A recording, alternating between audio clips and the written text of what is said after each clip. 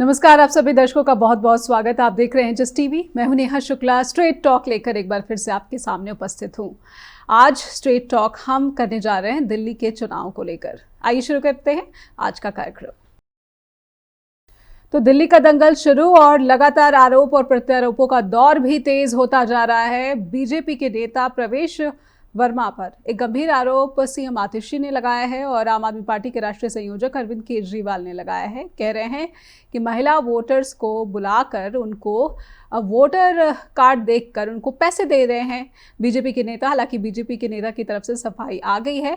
और इसी के बीच आतिशी सरकार जिसने 2 बड़ी योजनाओं का वादा किया, उस योजनाओं को लेकर ये कहा गया दिल्ली सरकार की तरफ से एक सूचना जारी करके कि ये कोई योजना दिल्ली सरकार की नहीं है। तो कहीं ना कहीं एलजी को फिर से इसके पीछे बताया है सीएम आतिशी ने, अरविंद केजरीवाल ने। और दिल्ली चुनाव को लेकर तमाम जो दल हैं अब वो अपने हमले और तेज करते हुए दिख रहे हैं। आइए कुछ सवाल इन चुनाव से जुड़े हुए और कुछ तर्क और कुछ तथ्य भी हम अपने दर्शकों के सामने पहले रखते हैं। उसके बाद आज के जो मेहमान हैं उनसे इनको समझने की कोशिश शुरू करेंगे। तो एक नज़र आप अपने टीवी स्क्रीन पर रखिए कि आम आदमी पार्टी की जो सरकार है दिल्ली में, उनकी इस वक्त जो चुनौतियां हैं वो कितनी गंभीर देखने को मिल रही है। जबकि लगातार दिल्ली में आम आदमी पार्टी की सरकार, उसकी लीडरशिप तमाम भ्रष्टाचार के आरोपों से घेरती देखी गई है। पिछले कई महीनों से लगातार विपक्ष में बीजेपी और कांग्रेस, इनकी जो टक्कर है, ये कितनी कड़ी टक्कर आम आदमी पार्टी की सरकार के लिए मानी जाए। आप सरकार की जो योजनाएं हैं, इस पर जो विवाद अब सामने आया है, इन योजनाओं पर उठ रहे विवाद का विपक्ष को क्या कोई फायदा होगा? और सीएम आतिशी की लीडरशिप, जब से अरविंद केजरीवाल ने मुख्यमंत्री की कुर्सी छोड़ी, उसके बाद मुख्यमंत्री की जिम्मेदारी आतिशी को दी, तो इसका कोई लाभ आम आदमी पार्टी को मिलता दिख रहा है इन चुनाव में? और खास करके केजरीवाल की राजनीति, सबसे बड़ी बात है केजरीवाल अपनी राजनीति के लिए जाने जाते हैं और उनकी राजनीति बीजेपी पर कितनी भारी दिल्ली में प्रतीत होती दिख रही है। आइए आज के हम अपने मेहमानों का स्वागत कर लेते हैं। हमारे साथ जुड़ चुके हैं वरिष्ठ पत्रकार मुकुल त्रिपाठी, हमारे साथ जुड़ चुके हैं आम आदमी पार्टी के प्रवक्ता हैं विक्रमजीत पासी, और बीजेपी से प्रवक्ता जुड़ चुके हैं संजय कपूर जी, और थोड़ी देर में जुड़ेंगे हमारे साथ कांग्रेस के प्रवक्ता डॉक्टर नरेश कुमार। आप सबका बहुत बहुत स्वागत करती हूँ। मैं शुरुआत में मुकुल जी आपसे करना चाहूँगी। जिस तरह की राजनीति या फिर योजनाओं की एक बाढ़ सी आप देख पा रहे हैं आम आदमी पार्टी की सरकार लेकर आ रही है, इस वक्त आप मैदान में किसको ज़्यादा आगे देख रहे हैं? और शुरुआत में प्रवेश वर्मा पर जो आरोप सीएम आतिशी ने लगाया है, आज बिल्कुल तरोताज़ा आरोप, इस पर क्या आपकी समीक्षा, आपका आकलन? सभी पैनलिस्टों, सभी दर्शकों को मेरा नमस्कार।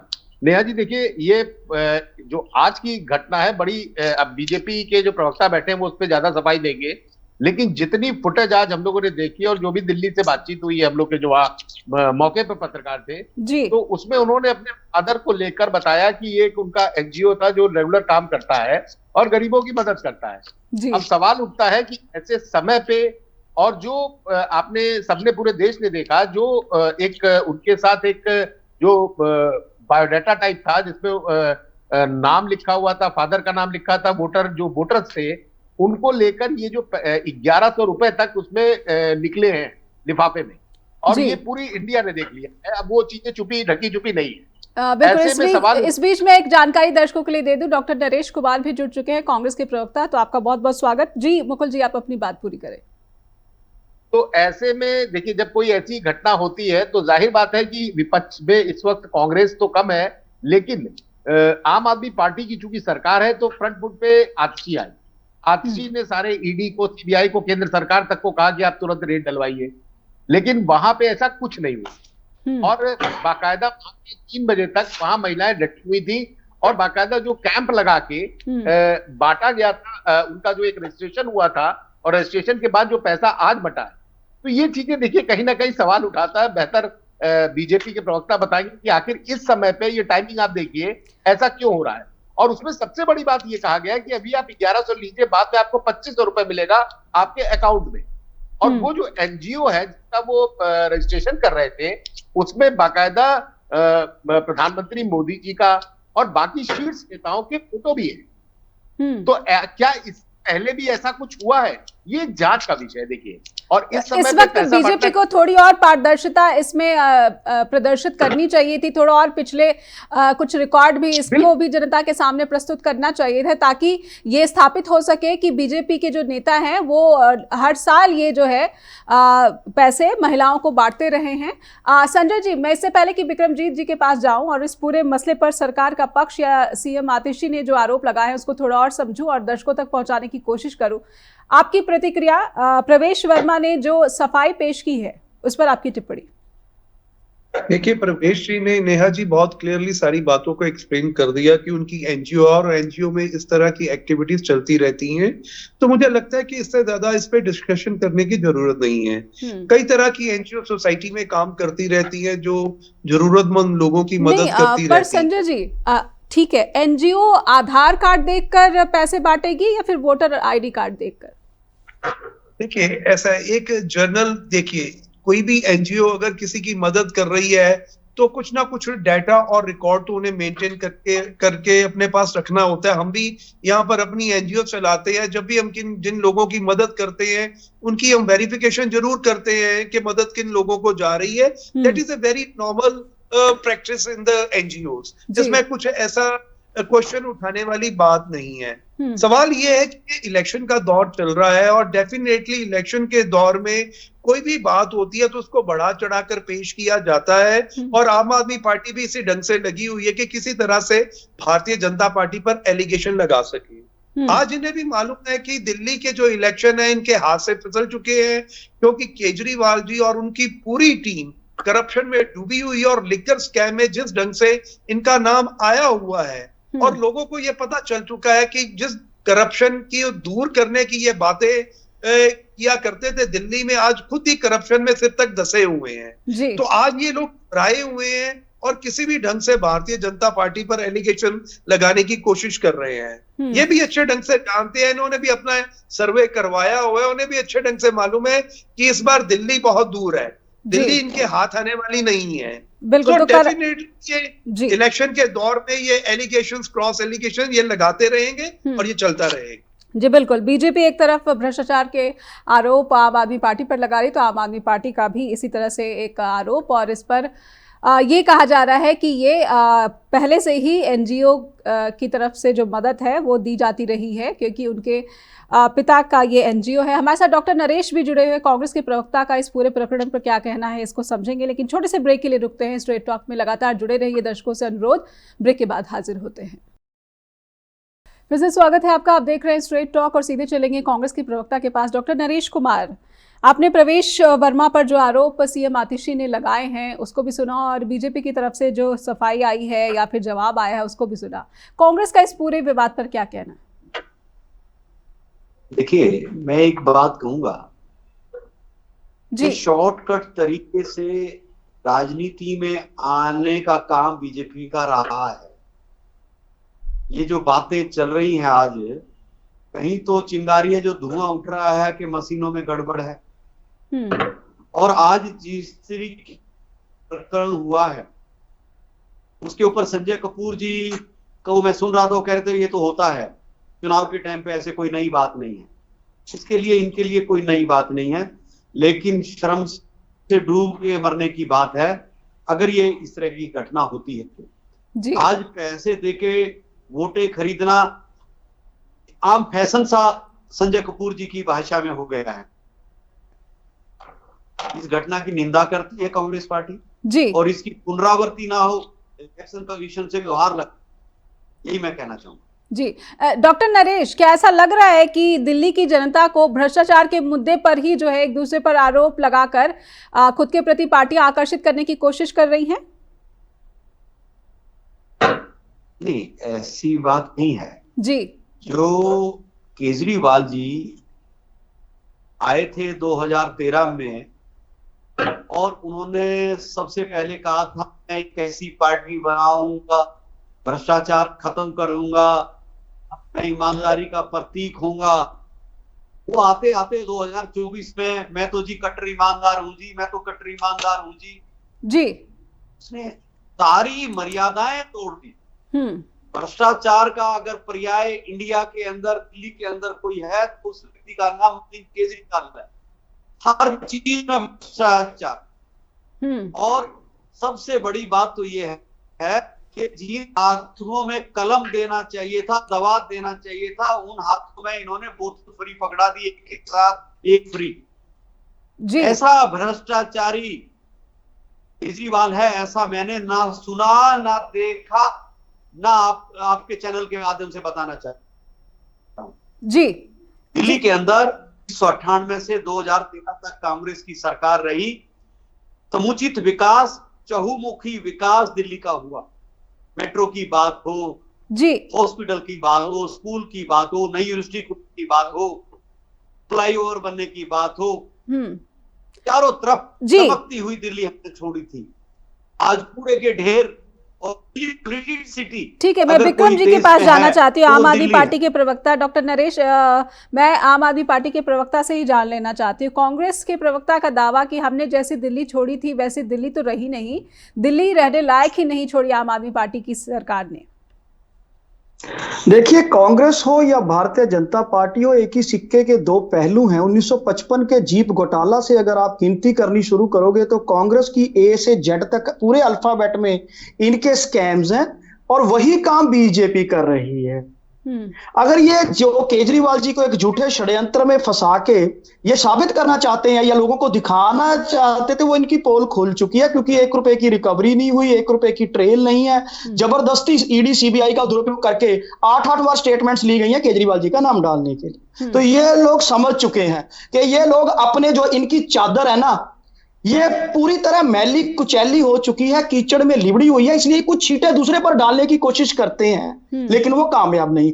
और कांग्रेस का तो मैं प्राय कहता हूं कि भ्रष्टाचार और कांग्रेस एक ही सिक्के के दो पहलू है। अगर मैं पूरी डिटेल में चला गया 1 घंटा तो सिर्फ नाम बोलने में लग जाएंगे। सोनिया जी भी जमानत पे हैं, राहुल जी भी जमानत पे हैं। अब बात करते हैं भारतीय जनता पार्टी की। शर्म नहीं आती इन लोगों को? ये देखिए, शरेआम ये पैसे दिए जा रहे हैं, शरेआम 1100 रुपया दिया जा रहा है, शरेआम वोटर आईडी कार्ड चेक किए जा रहे हैं। आपने बड़ा अच्छा क्वेश्चन किया था, आधार कार्ड क्यों नहीं फिर भाई?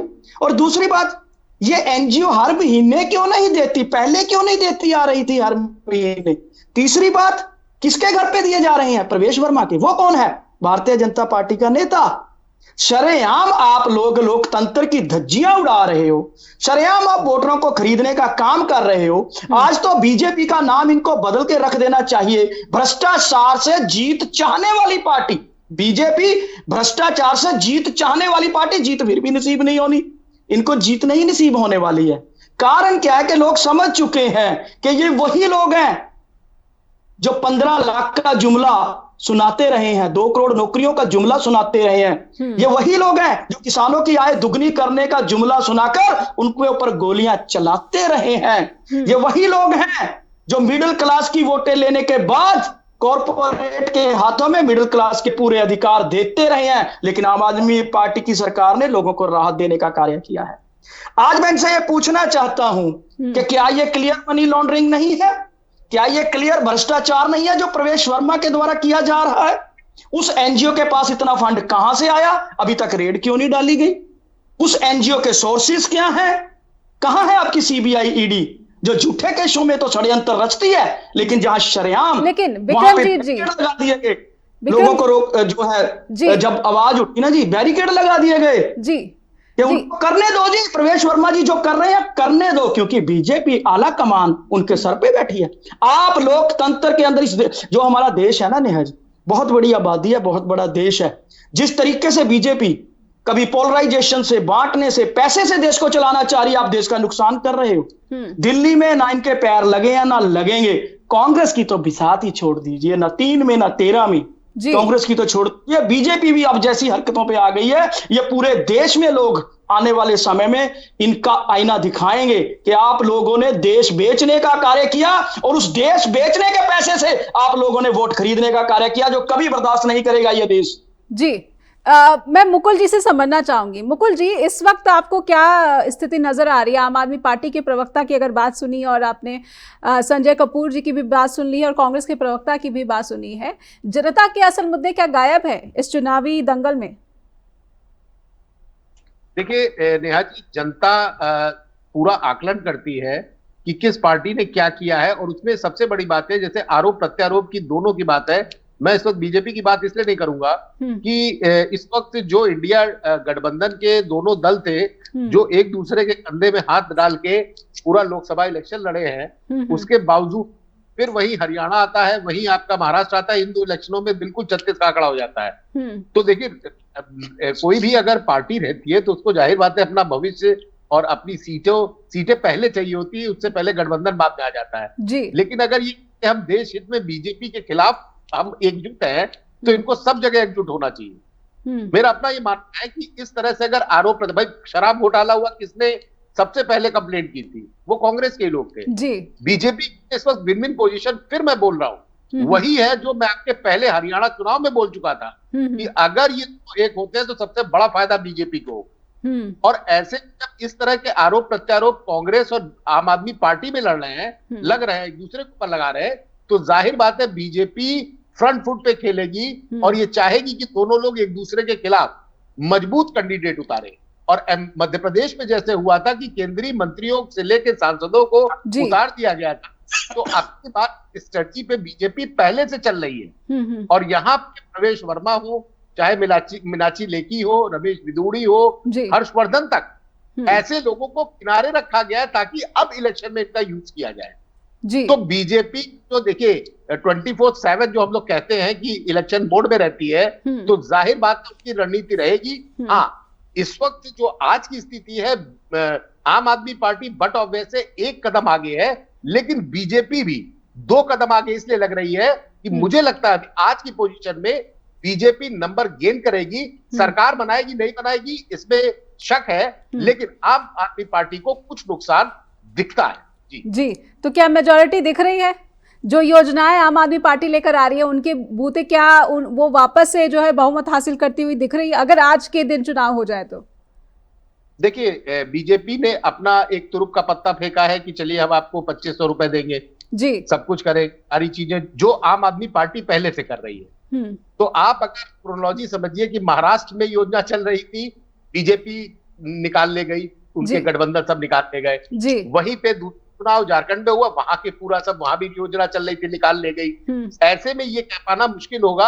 आम आदमी पार्टी नो डाउट सरकार बनाने के करीब है और बना भी सकती है, लेकिन वो जो नंबर आए थे वो नंबर छूना इस वक्त आम आदमी पार्टी के लिए बहुत मुश्किल है। और बीजेपी एक हो सकता है मजबूत विपक्ष बने, और अगर ये सब चलता रहा जिस तरह से आरोप प्रत्यारोप लग रहे हैं तो बीजेपी जो इनके कोर वोटर है, देखिए आम आदमी पार्टी 3 काम केजरीवाल ने किए हैं जिसका असर मुझे लग रहा है कि सरकार बनेगी।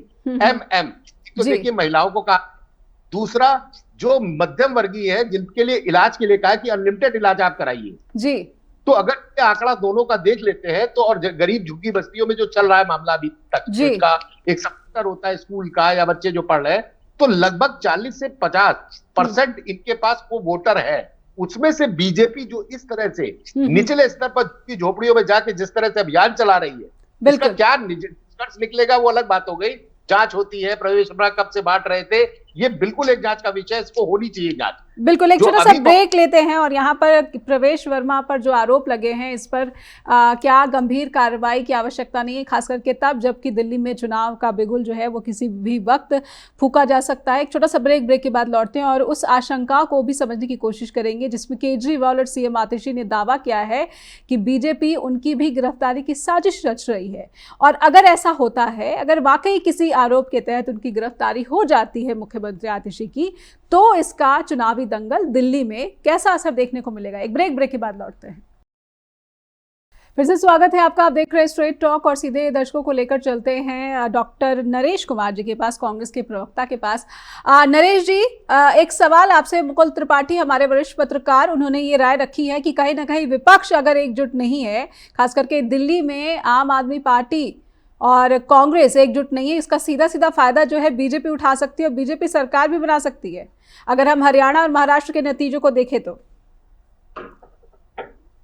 नरेश जी, त्रिपाठी जी को मैं सुन रहा था जी कि इंडिया जो अलायंस था वो देश का लोकतंत्र बचाने के लिए, देश का संविधान बचाने के लिए हमने गठित किया है जी। जहां तक दिल्ली को बचाने की बात है, दिल्ली को बचाने के लिए कांग्रेस पार्टी ने महसूस किया है कि जो दिल्ली 1998 से लेके 2013 तक चमचमाती हुई दिल्ली हमने छोड़ी थी, उस दिल्ली को कूड़ा घर में कन्वर्ट करने का काम अगर किसी ने किया है, यमुना नदी को ट्रेम नदी बनाने की बात थी, उसको बेड़ा गर्क किया है, झांकी नदी बनाने का काम किसी ने किया है, एक भी स्कूल, एक भी यूनिवर्सिटी, एक भी नया हॉस्पिटल नया बनाने का काम अगर किसी ने किया है तो वो केजरीवाल जी ने किया है जी। मैं विक्रम पासी जी को मैं नहीं जानता दिल्ली से ताल्लुक रखते हैं या नहीं रखते, पर मैं उनसे पूछना चाह रहा हूं कि वो प्रवक्ता है आम आदमी पार्टी के, एक काम वो गिना दें कि वो आम आदमी पार्टी ने इस पिछले 11 साल चलिए वो गिनाना चाहते हैं, आप दर्शकों तक भी जानकारी पहुंच जाएगी। बोतल के साथ एक नरेश जी,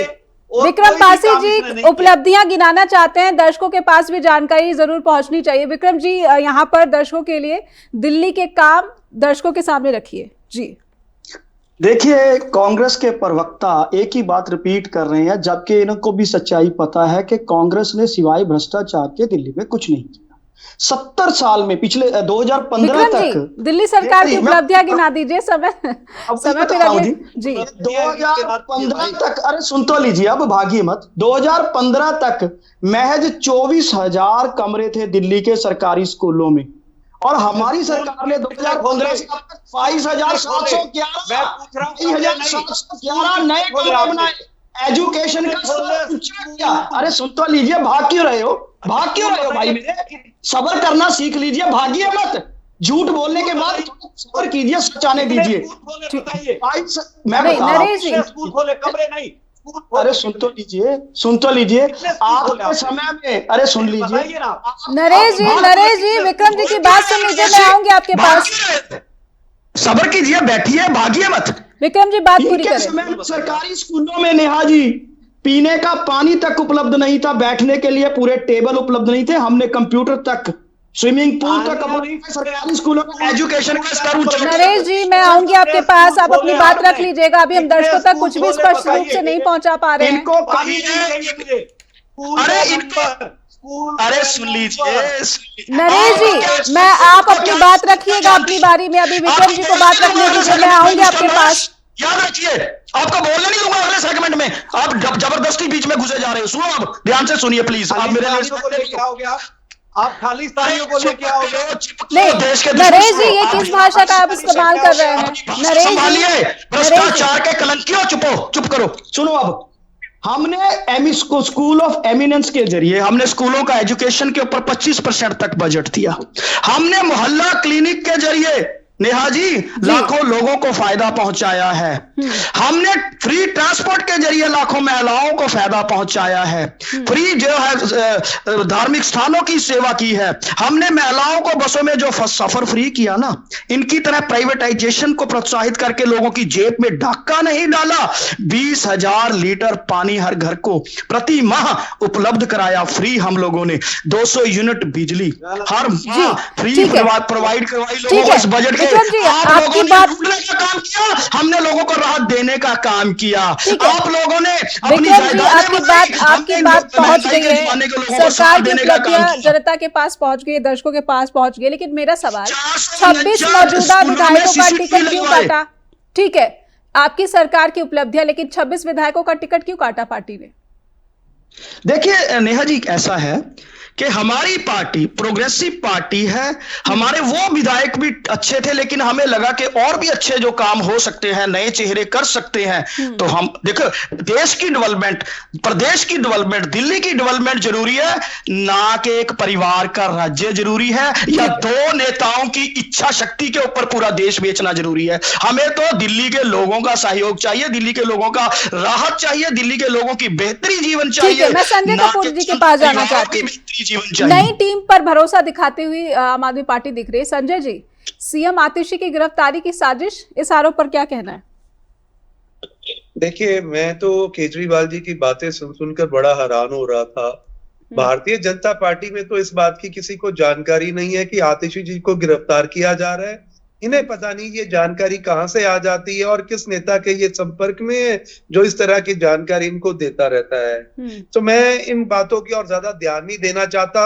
ये सिर्फ एक जनता से सिंपैथी गेन करने का एक सिर्फ सिस्टम है और कुछ नहीं है। मैं तो इस बात से हैरान हूं कि जिस ढंग से पासी जी अभी बात कर रहे थे नरेश जी से, ये 6 महीने नहीं बीते, ये दोनों पार्टियां इकट्ठे मिलकर चुनाव लड़ रही थी भारतीय जनता पार्टी के खिलाफ और उस समय एक दूसरे को गलबैयां डाल रही थी। आज एक दूसरे के भ्रष्टाचार और नाकामियां गिना रही हैं और एक दूसरे को गिराने की कोशिश। अपने भ्रष्टाचार की बात कीजिए, बीजेपी के भ्रष्टाचार की। मैं बोलता नहीं ना आपकी बारे में, संजय जी को जब आप जी ठीक है बोलता, आपको मालूम है ना, तो बात करने दीजिए, अपने समय पे आप बोलिएगा जरूर। और दूसरे को नीचा दिखाने की कोशिश कर रही है और यही पार्टियां दोनों मिलके 6 महीने पहले इकट्ठे इलेक्शन लड़ने की तैयारी कर रहे थे। इकट्ठे इलेक्शन लड़े इन लोगों ने। सो हैरानी वाली बात है कि जब इनका दिल करता है ये इकट्ठे हो जाते हैं और जब इनका मन करता है ये अलग हो जाते हैं, एक दूसरे पर एलिगेशन लगाना शुरू कर देते हैं। दिल्ली की जनता इस चीज को बहुत अच्छे ढंग से देख रही है। पहले तो उन्हें लगता था कि केजरीवाल जी का भ्रष्टाचार के खिलाफ स्टैंड है। जब आपने कांग्रेस के साथ अपना अलायंस ही बना लिया और मिलकर पार्लियामेंट के चुनाव लड़ लिए, तो आज किस मुंह से कांग्रेस को भ्रष्टाचारी कह रहे हैं? तो दिल्ली की जनता ने सारी बातें देखी हैं। दूसरी इंटरेस्टिंग बात नेहा जी आपको बता दूं, ये जो पिछले पार्लियामेंट चुनाव हुए हैं ना, तो भारतीय जनता पार्टी को 54.35% वोट पड़े हैं, आम आदमी पार्टी को 24.17 और कांग्रेस को 18.91। तो we are very much optimistic this time कि इस बार दिल्ली में भारतीय जनता पार्टी की सरकार बनाने जा रहे हैं। और दूसरा जो महत्वपूर्ण मुद्दा मैं इनको पूछना चाहता हूं कि इस बार आम आदमी पार्टी में अब सीएम के लिए किसका चेहरा आगे ला रहे हैं? केजरीवाल जी को आगे प्रमोट करेंगे या आतिशी जी को करेंगे? इस बारे में भी जानकारी दे दें, क्योंकि केजरीवाल जी के बारे में लेती हूं विक्रम जी, अगर आपके पास जानकारी है तो दर्शकों तक पहुंचाए और संजय जी के पास भी। जी देखिए, आम आदमी पार्टी के, सुन लीजिए, आप जवाब सुन लीजिए संजय जी प्लीज। ठीक है, बिल्कुल संक्षेप में अगला सवाल। जी ठीक है, आपके सवाल का जवाब दे रहा हूं संजय जी। बिल्कुल बिल्कुल। आम आदमी पार्टी का एक एक वर्कर, एक एक नेता कैपेबल है। आतिशी जी भी आपकी तरह किसी जद्दी परिवार से संबंधित नहीं थे। आतिशी जी भी बहुत बेहतरीन काम कर रहे हैं, केजरीवाल जी ने भी किया था, और जो भी विधायक चाहेंगे उसको नेता चुना जाएगा। और दूसरी बात, चलो ये बात तो बीजेपी ने मान ली ना कि आम आदमी पार्टी की सरकार बनने जा रही है, और इनको इतनी उत्सुकता है कि आज ही बता दो कौन है सीएम चेहरा। ये बात तो आज के डिबेट में नेहा जी आपका धन्यवाद करता हूं कि बीजेपी प्रवक्ता खुल के बात कर ही चुके हैं। बीजेपी का कौन सा सीएम चेहरा है संजय जी? आप आम आदमी पार्टी से पूछ रहे, बीजेपी का बता दें। मैंने नेहा जी ये बात नहीं कही कि इनकी सरकार बनने जा रही है, ये तो अपने शब्द मेरे मुंह में डालने की कोशिश कर रहे हैं। संजय जी, बीजेपी का चेहरा कौन है? बीजेपी का चेहरा था नेहा जी कि कोर्ट की टिप्पणी है कि केजरीवाल जी सेक्रेटेरिएट नहीं जा सकते जी, तो किस आधार पे केजरीवाल जी के चेहरे पर ये चुनाव लड़ रहे हैं? अभी भी भ्रष्टाचार के मामले में उन्हें संजय जी, बीजेपी का चेहरा, आपने आम आदमी पार्टी का चेहरा जानने की कोशिश की और आपको उत्तर भी मिला, लेकिन मैं बीजेपी का चेहरा भी समझना चाहती हूँ कि कौन होगा आने वाले समय में जब चुनाव लड़े जाएंगे ना, उस समय भारतीय जनता पार्टी का चेहरा सबके सामने आ जाएगा। एक छोटा सा ब्रेक वेट कीजिए, सीएम का चेहरा भी हम डिक्लेयर करेंगे। एक छोटा सा ब्रेक लूंगी और जरूर हमारे साथ मुकुल त्रिपाठी और डॉक्टर नरेश कुमार कांग्रेस के प्रवक्ता भी जुड़े हुए हैं। ये सवाल उनसे भी समझने की कोशिश करेंगे। और कहीं ना कहीं विपक्ष, इंडिया गठबंधन और दो प्रमुख दल आम आदमी पार्टी, कांग्रेस जिस तरीके से एक दूसरे पर हमलावर है, इससे विपक्ष की एकजुटता पर भी यकीनी तौर पर सवाल खड़े हो रहे हैं। एक छोटा सा ब्रेक के बाद लौटते हैं। फिर से स्वागत है आपका। आप देख रहे हैं स्ट्रेट टॉक और सीधे दर्शकों को लेकर चलेंगे मुकुल जी के पास। मुकुल जी, आम आदमी पार्टी के चेहरे का सवाल बीजेपी ने किया और विक्रम पासी जी का कहना है कि आपका एक एक कार्यकर्ता जो है वो इस कैपेबिलिटी को रखता है कि वो मुख्यमंत्री की कुर्सी संभालने के पूरे काबिल है। मुकुल जी, आपको क्या लगता है, आम आदमी पार्टी अगर जीतती है तो पूरी संभावना फिर से अरविंद केजरीवाल संभालेंगे कुर्सी? देखिए नेहा जी, कौन संभालेगा, किसको वोट मिलेगा, कौन जीतेगा, ये एक आगे का क्वेश्चन है, क्योंकि प्रेडिक्शन आज की डेट में बिल्कुल खत्म हो चुके हैं। जो कहा जाता है उसके बिल्कुल विपरीत होता है वो हम लोग तो हम लोग उसमें कोई चुनावी पंडित बनने का कोई शौक नहीं है। देखिए, काम दाम दंड भेद तीनों लगता है, प्यार में भी और लड़ाई में भी। और ये अब जो लड़ाई चुनाव है, ये जंग है। ये आम आदमी पार्टी, कांग्रेस और बीजेपी जो तीन मुख्य दल है वहां पे, उनके लिए ये बहुत अब प्रतिष्ठा का प्रश्न, खासकर बीजेपी के लिए जी। कांग्रेस को अपनी बनानी है, बनी बनाई जमीन से वो उजड़ चुकी है, फसल सूख चुकी है। वहां पे इनके पास नेताओं की भी कमी है, लड़ने के लिए सब आ जाएंगे, लेकिन जीताऊ प्रत्याशी कौन होगा इसको सोचना होगा कांग्रेस को। लेकिन जहां तक आम आदमी पार्टी, बिल्कुल मैं चाहती हूँ कि आप अपनी बात पूरी करें, उसके साथ में वो 26 विधायकों का जिसका टिकट कटा है, आम आदमी पार्टी ने काटा है, उस पर आपकी टिप्पणी भी समझना चाहूंगी जी। जी देखिए, बीजेपी ने 2019 में जो लोकसभा चुनाव हुए थे उसमें 54.53% वोट हासिल किए थे जी, और 7 सीट थी। वही आम आदमी पार्टी के लिए भले वो 3 सीट लड़ी थी, लेकिन भले ही वो न जीत पाई हो, लेकिन उसका वोट प्रतिशत बढ़ा था। ये एक मतलब चौंकाने वाला तथ्य था। 2019 की बात कर रहा हूं। 2024 में जो हुआ सबके सामने, वो आंकड़े सबको पता है कि 7 सीटें फिर बीजेपी जीती। लेकिन वहां का ये लोगों को बांटना जिसे कहा जाता है रेवड़ी कल्चर, ये देखिए शुरुआत सबसे पहले फ्री बिजली, फ्री, इसमें जो लोग आ गए हैं इनकी आबादी महिलाओं को लेके और जो वहां के बुजुर्ग हैं उनको लेके अपर हैंड पे चल रही है आम आदमी पार्टी। जो प्रवेश वर्मा ने आज जो एक बहुत बड़ा ये हुआ है स्कैंडल कि चलो वो बांट रहे हैं, वो तो एक जांच का विषय है, लेकिन अगर बीजेपी इसमें सफल होती है तो जरूर आम आदमी पार्टी को तगड़ा डेंट पहुंचाएगी। सरकार तो नहीं बनाएगी, लेकिन इतना कंफर्म है कि 15 से 20। लेकिन मुकुल जी, मुझे वो प्रकरण याद आता है कि मतदान से ऐन पहले बीजेपी के बड़े नेता महाराष्ट्र में ऑन कैमरा पकड़े गए थे, और उसके बाद भी अप्रत्याशित कह लीजिए या फिर जो भी बीजेपी को यहाँ पर जीत हासिल हुई, महायुति सरकार बनी, सत्ता में वापसी हुई, तो इस तरह के घटनाओं का, इस तरह के दावों का कितना असर मतदाताओं पर दिखता है? देखिए बिल्कुल असर पड़ता है। जैसे केजरीवाल जी को जब शराब घोटाले में जेल हुई, संजय सिंह गए, सिसोदिया गए, तो जाहिर बात है एक वर्ग ऐसा होता है जो सोचने पे मजबूर होता है। भले ही देखिए तथ्य कुछ हो, अदालत छोड़े चाहे उनको सजा दे, अभी की जो स्थिति है तो जाहिर बात है वो जमानत में, तो जमानत में रहते हुए उन्होंने कसम खाई कि हम नहीं बनेंगे, लेकिन जेल से इस्तीफा नहीं दिया, बाहर निकलने के बाद आच्छी को बना दिया।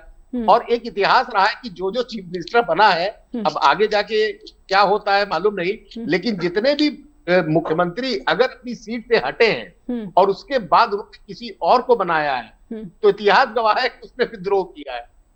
तो ऐसे में पर आतिशी का चयन पूरी सोच समझकर किया गया है, ये मुझे लगता है। मैं समझ लेती हूँ। डॉक्टर नरेश, कांग्रेस से मैं समझना चाहूंगी, कांग्रेस पूरी तरीके से, जैसा आप कह रहे, दावा कर रहे हैं कि 2014 तक दिल्ली चमचमा रही थी, उसके बाद आम आदमी पार्टी आई, उसने सत्यानाश कर दिया, लेकिन कांग्रेस लगातार जो है, अगर मैं लोकसभा चुनाव के नतीजों पर भी आपका ध्यान खींचना चाहूं, तो कांग्रेस किस आधार पर जो है आपको टक्कर देने की कोशिश कर रही है? बल्कि आपकी तो इसमें बेहतरी थी कि आप इंडिया गठबंधन के साथ लगातार जुड़े रहते और आप ऐसे ही समर्थन कर देते। देखिए, एक तो मैं आपसे विनती करूंगा कि आप मुझे सुनने का मौका दें और मुझे समय दें कि मैं बात कर सकूं। जी जी जी, बारदा जी पर भी थोड़ा बोल दीजिएगा कि उनके ऊपर क्या क्या इल्जाम है, सोनिया जी किस केस में है, बता दीजिएगा जरा। और आपके एक लीडर, कांग्रेस के लीडर के घर से 200 करोड़ से ज्यादा बरामद हुए थे, जरा उसके ऊपर भी चानना थोड़ा प्रकाश डालिएगा। अब नरेश जी को सुन लेते हैं। नेहा जी, इन्हीं की रवायत है ना कि बीच में नरेश जी को सुन लेते हैं। समय बहुत ही सीमित है, समय सीमित है। A to Z भ्रष्टाचार के बारे में समय सीमित है। विक्रम जी, क्या कहना चाहेंगे? नरेश जी का रुख जान लेते हैं। नरेश जी कहिए। आशी जी, जरा सुनना सीख लो। आपको चाहिए ये शब्द गौर कीजिए, सुनना आपको सीखना चाहिए। पासी जी, आपने अपनी बात उन तक पहुंचा दी है। नरेश जी, ये चीज समझनी चाहिए। नरेश जी, सुनना चाहिए, सहन शक्ति आपके अंदर होनी चाहिए। पासी जी, सहन शक्ति सभी दलों में बहुत जरूरी है, तभी वो जनता की चिंताओं को सही तरीके से समझ सकते हैं। डिस्टर्ब नहीं करूंगा, मैं अब डिस्टर्ब नहीं करूंगा, पर इनको मैं ये दिखाना चाहता था कि आपने जो किया वो ऐसे ठीक नहीं होता। बिल्कुल ठीक है। इन्होंने मेरे में बोलने का कार्य किया। नरेश जी बात पूरी करें। नरेश जी, आप डिस्टर्ब नहीं करूंगा, पर आप आगे से ख्याल रखिए। नरेश जी बात रखें। देखिए, सबसे पहले तो मैं आपकी बात का पासी जी जवाब देता हूं कि मैंने पूछा था आपसे और एंकर ने भी आपसे पूछा था, एक भी कोई काम गिना नहीं पाए आप। एक ही स्कूल में कमरे बढ़ा दे, रेनोवेशन कर देना, कंप्यूटर नया बना देना। आपने वादा किया था कि मैं इतने स्कूल बनाऊंगा, इतने हॉस्पिटल बनाऊंगा, इतने कॉलेज बनाऊंगा। कोई भी एक काम नहीं किया, एक भी स्कूल नहीं बनाया। जहां तक आपने जिक्र किया मोहल्ला क्लिनिक की, मोहल्ला क्लिनिक भ्रष्टाचार का अड्डा बन गया। पिछले 5-7 दिन पहले के अखबार आप उठाएंगे तो कटिंग भेज देता हूं, जो कि फर्जी वहां पर उसके पेशेंट के नाम है, उसके साथ के साथ उनका जो टेस्टिंग करवाए जा रहे हैं वो फर्जी है। टोटली भ्रष्टाचार का अड्डे बन गए आपके मोहल्ला क्लिनिक। एक भी नई बस नहीं आई। आपने कहा था 10,000 बसें हम लेके आएंगे, अभी 3,500 बसें ही रह गई हैं। एक हॉस्पिटल नहीं बना। एक भी अगर कोई काम किया हो तो मैं ऑन रिकॉर्ड आपके टीवी पे मैडम कह रहा हूं, वो मुझे गिना दे। आपका जूता और मेरा सिर पासी जी मैं खाऊंगा, ये मैं कहना चाहता हूं। हाँ, एक काम किया जी, जवाब ले लीजिए। वादा किया, झूठा वादा किया और झूठा वादा करके एक के साथ एक फ्री बोतल पकड़ा दी। नहीं नरेश जी, अंदर किताब दिल्ली के स्कूलों की तो आपके हाथ में आपने। ठीक है विक्रम जी, बिल्कुल संक्षेप में आप उत्तर रखिए, आप यहाँ पर रखिए। दिल्ली के स्कूल नरेश जी, एक भी नया स्कूल, नरेश जी बातचीत को, नया स्कूल नहीं खोला जी। आप जवाब देंगे नरेश जी? विक्रम जी बिल्कुल संक्षेप में, मैं संजय कपूर जी से भी एक सवाल लेना चाहती हूँ। देखिए मैं एक चीज बताना चाह रहा हूँ। अरे नरेश जी आप बीच में डिस्टर्ब फिर कर रहे हो। विक्रम जी आप अपनी बात रखिए जी। देखिए मैडम, जो सरकार होती है ना जी, वो व्यापारी नहीं होनी चाहिए जैसे पहले कांग्रेस की थी या आजकल बीजेपी की है। सरकार लोगों के लिए होती है और हमारी सरकार ने लोगों को लगातार राहत देने का कार्य किया। मैं आपको सारे सेक्टर गिनाता हूं। लोगों के साथ जो संबंधित सेक्टर है वो है एजुकेशन। दिल्ली की एकमात्र सरकार है जहां 25% तक का बजट एजुकेशन पे खर्च किया गया। जो दिल्ली के सरकारी स्कूल हैं, इन लोगों को प्रॉब्लम क्यों है? क्योंकि इन लोगों ने सरकारी स्कूलों का स्तर निम्न करने का कार्य किया था, हमने उस स्तर को ऊंचा करने का कार्य किया। हमने लगातार सरकारी स्कूलों में फैसिलिटीज बढ़ाई, एजुकेशन स्ट्रक्चर जो सिस्टम है उसको मजबूत किया। और ये क्या कर रहे हैं? अच्छा, दूसरा आप सेक्टर देखिए, लोगों से रिलेटेड है, हेल्थ का सेक्टर। उसमें इन लोगों ने जो बात कही कि जो मोहल्ला क्लिनिक के अंदर दिल्ली के लोगों से पूछिए, क्योंकि ये तो अमीर लोग हैं, घरों में रहते हैं, इनके तो 5 स्टार होटल जैसे इनके प्राइवेट हॉस्पिटल्स होते हैं। लोगों से पूछिए करोड़ों लोगों को कितना फायदा मोहल्ला क्लिनिक से हो रहा है। मोहल्ला क्लिनिक के अंदर दवाइयां, टेस्ट, हर चीज फ्री हो रही है। तीसरी अहम चीज, हमने जहां सरकारी स्कूलों का स्तर ऊंचा किया, नेहा जी आप भी जानते हो कि सरकारी स्कूलों में सीसीटीवी तक लगाए गए। चौथी चीज, हमारे ये कहते हैं नई बसेस। भाई साहब, इलेक्ट्रिक बसेस कहां से आई? बसेस के अंदर जो मार्शल्स की सुविधा किसने दी थी? आपकी तरह नहीं था काम कि आप लोगों ने सिर्फ जुमले सुनाए हैं, बातें सुनाई हैं। कहते जी दिल्ली तो पहले जी चमचमाता हुआ था। अरे भाई रिकॉर्ड चेक कर लीजिए। मैं संजय कपूर जी से मैं एक चीज और कहूंगा, सिर्फ एक संक्षेप में जी। हमें बार बार कहा जाता है जी रेवड़ियां। हमने तो लोगों के हक का पैसा लोगों में बांटने का कार्य किया, उनको राहत देने का कार्य किया। कांग्रेस या बीजेपी की तरह मुफ्त के देसी घी के घेवर चंद घरानों को नहीं खिलाए। इन्होंने तो मुफ्त के जो देसी घी के घेवर थे ना, संजय जी, आम आदमी पार्टी को इस बात का पूरा यकीन है कि जनता से जुड़ी जितनी भी योजनाएं वो लेकर आए, जनता उन्हें दोबारा बहुमत दिलाएगी और सत्ता पर बिठाएगी। नेहा जी, ऐसा है कि मेरे लाल के हसीन सपने देखने से कोई किसी को रोक नहीं सकता। आम आदमी पार्टी अगर ये सपने देखना चाहती है तो जरूर देखे। आने वाले चुनावों में दिल्ली की जनता इनको सबक सिखाने जा रही है और बहुत थोड़े दिनों की बात रह गई है और सारी चीजें सामने आ जाएंगी। अभी इन्होंने महिला सम्मान स्कीम चलाई है जिसमें 2100 रुपया इन्होंने महिलाओं को देने का वादा किया है। पासी जी पंजाब से ही हैं, इनसे पूछिए कि 2022 के जब पंजाब में इलेक्शन हुए थे तो पंजाब में 1000 रुपए महिला को देने की इन्होंने बात की थी। 20 साल हो गए हैं, आज तक तो महिलाओं को वो 1000 रुपया दे नहीं पाए। क्यों नहीं दे पाए पासी जी? बिल्कुल एक लाइन में बताइए पासी जी। मैं आपको 40 सेकंड देती हूँ जी। हम 1000 नहीं जी 1100 देने वाले हैं, बड़ी जल्द देने वाले हैं। अकाली दल बीजेपी की तरह झूठी पानी की बसें नहीं चला रहे। हमने 49,000 से ज्यादा रोजगार भी दे दिया पंजाब में। ये वैसा ही जैसा शिवराज सिंह चौहान कहते हैं कि वो किसानों की जो फसल एमएसपी पर खरीदेंगे, इस बात की वो गारंटी देते हैं जी। दूसरी पार्टी पे एलिगेशन लगाना शुरू कर देते हैं जी। लेकिन जवाब दिया बहुत जल्द देने भी। समय समाप्त हो गया, समय समाप्त हो गया। बहुत बहुत धन्यवाद करना चाहूंगी आप सभी मेहमानों का कि आपने समय दिया और स्ट्रेट टॉक के साथ जुड़े। बहुत बहुत आभार आप सभी का व्यक्त करना चाहूंगी और अपने दर्शकों से भी अनुरोध करती हूं कि आप लगातार अपना स्नेह, अपने फीडबैक ईमेल के रूप में हम तक पहुंचाते रहिए। आप हमें लिखिए info@justbroadcasting.com और neha@justbroadcasting.com पर भी लगातार देखते रहिए जस्ट टीवी। नमस्कार।